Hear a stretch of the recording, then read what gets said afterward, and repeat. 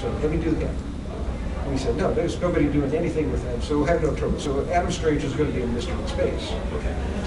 And I'm just happened to be back here in Michigan at the time, at Lake Michigan at a friend's house.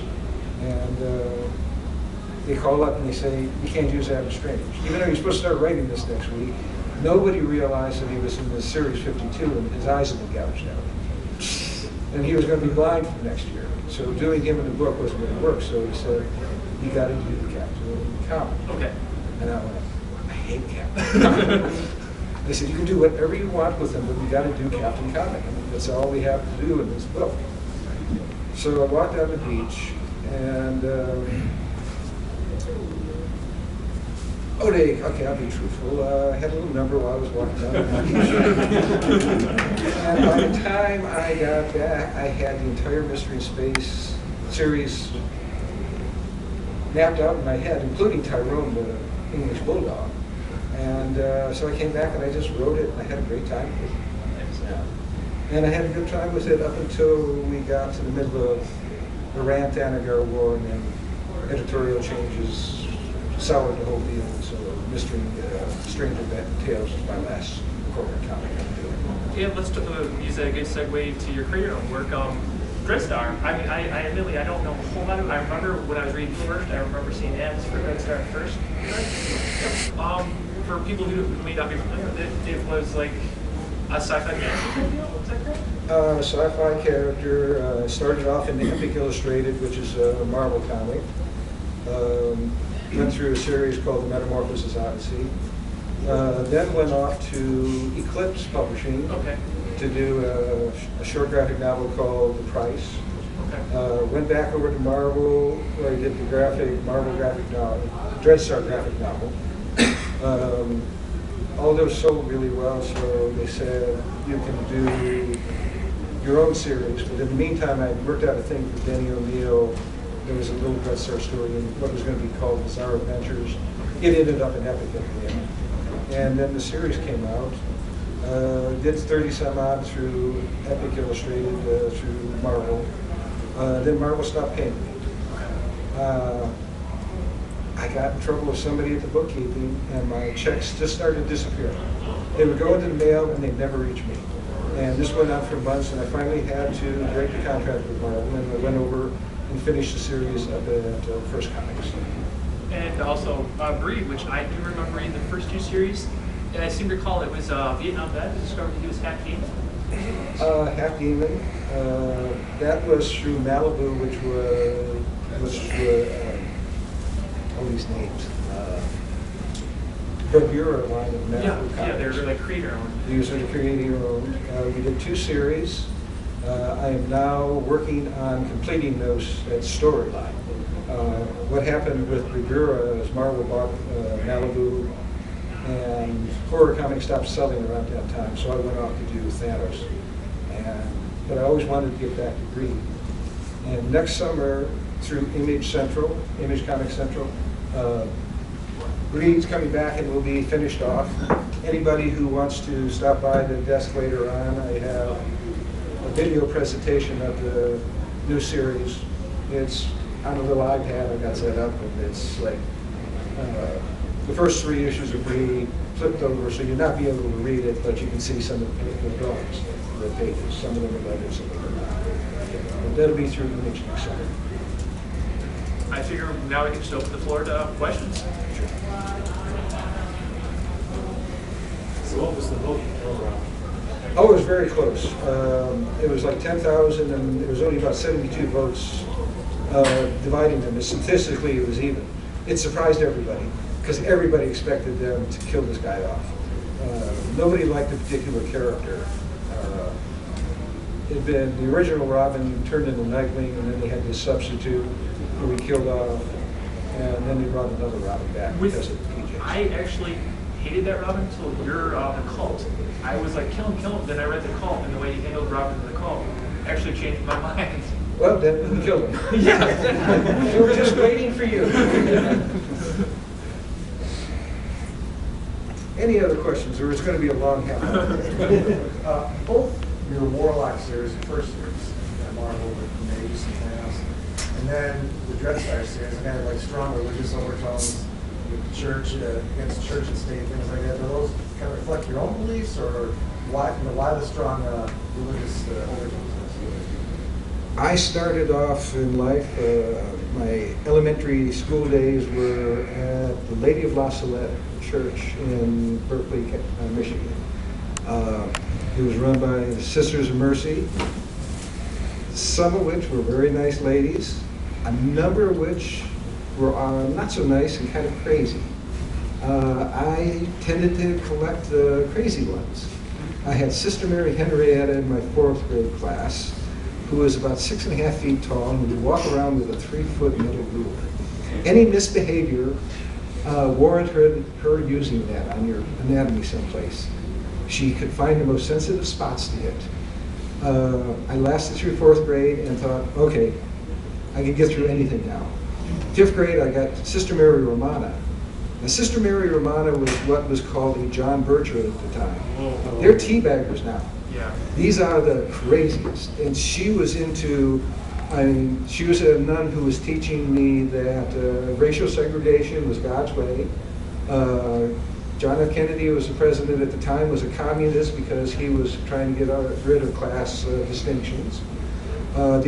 She was a very, very nutty woman who in the middle of the year imploded. And we never got the whole story. It had something to do with some young girl with patent shoes she went off on. And so she was literally put away. She had to leave for medical reasons. And I thought, boy, I've about dodged the bullet now. I got through 2 of the worst teachers. Now it's some lay teacher or somebody I'm going to get. It'll be easy. Guess who I got? Sister Mary Henrietta came back with the ruler for the rest of my 5th grade class. So that had a lot to do with why Warlock was in this particular strange state. You know, the Universal Church is that great. This is the Latin, basically, for warlock or wizard. It was working a lot of stuff that I had from childhood, also things that I had read about. I mean, since getting out of school, out of the Catholic school, I found out about the Inquisition, which they hadn't taught us about, and things like that. So I had a different outlook than I did when I was going to Mass every morning at 7 o'clock. So, you know, it was working out stuff. Everything that I do in comics is working out something. The Death of Captain Marvel was saving money, not going to a shrink to talk about my dad's death. You know, Dreadstar was my ultimate anarchist, so I could do political stuff. Everything is something that I want to work out. Where did Deacon Blackfire come from? The same sort of Catholic school experience? No, that was more, I wanted to do more of a class division kind of thing. And I needed some motivating thing, and the religion had to be brought into it because I needed something other than, you know, I had 2 choices. It could be religion or it could be mind control. And the mind control kind of thing just wasn't going to work in that particular setting. I mean, there's people who live in a sewer. Right. So I figured the religiosity had to be part of it.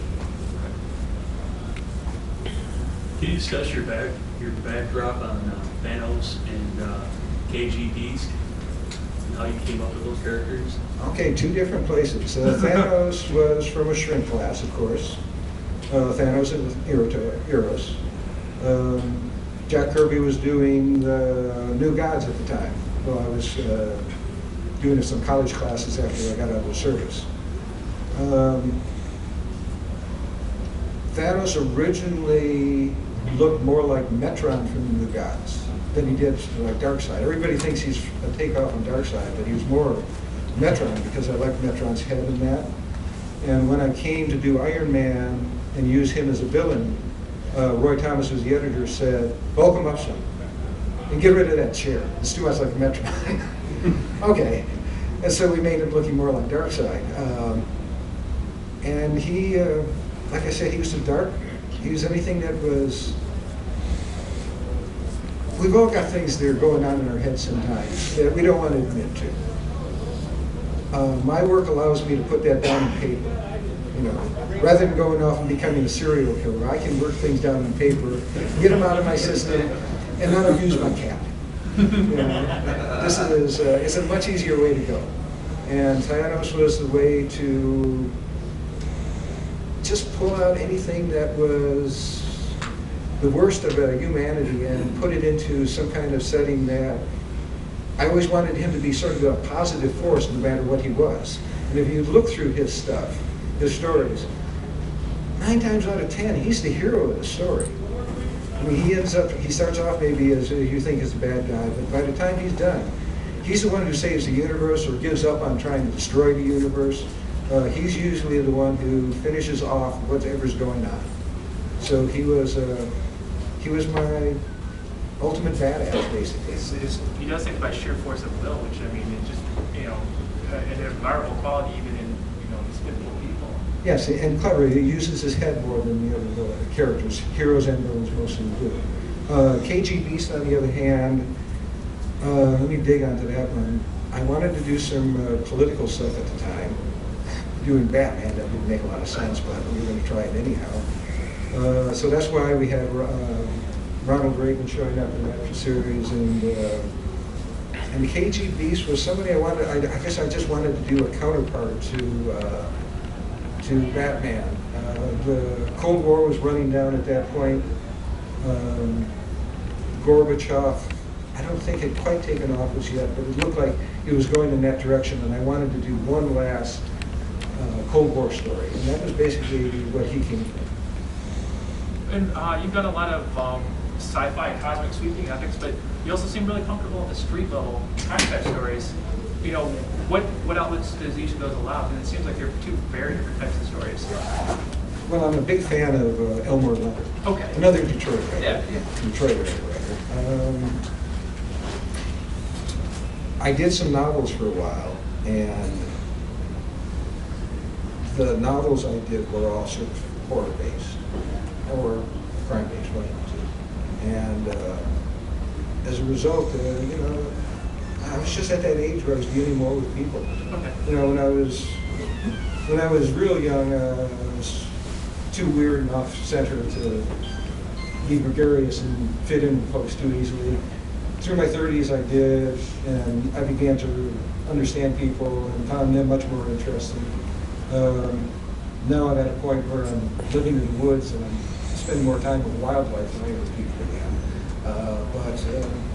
That was just this period as that where I wanted to do, and the crime stories were a good outlet for the characters I wanted to write. Maybe it's just me, but I noticed an uncanny resemblance between yourself and Dreadstar. There's a good reason for that. Was that an intentional self-depiction? When I was doing Metamorphosis Odyssey, I was painting everything in that, as you recall, if anybody's seen it. It was a crazy thing. I was out of my mind for doing this. I mean, I was doing full paintings for each page, working on colored boards and working up from the middle ground. I started off on gray boards, working black ink, and then taking white paint or white chalk and bringing out the highlights. And because it was painting, I wanted photo reference.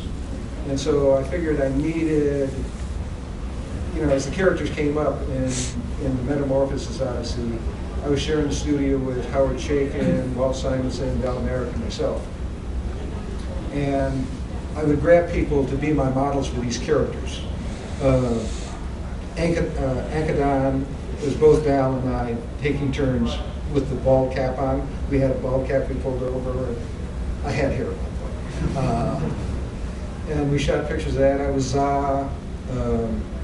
Lynn Barley, who was married to Frank Miller for a while, she was Juliet in the series. A girlfriend of mine was Heather, she was Whisper. Frank Miller was Juliet's father in the story. The superintendent of our building that we were in, he happened to walk by that day, and so he got to be Juliet's grandfather. So it was everybody. Walt Simonson was Jonas Soul, who blows his brains out. It was just, and so when I got to Dreadstar, I knew he was going to be the long-running character, and so I knew I would have to be able to get somebody that I could count on. And so I had the beard at the time, and I thought it looked pretty good. So I started using him, using myself as the model on him. So the beard and stayed with both him and I all these years. So that's basically why we look the same. He's a little beefier than I am.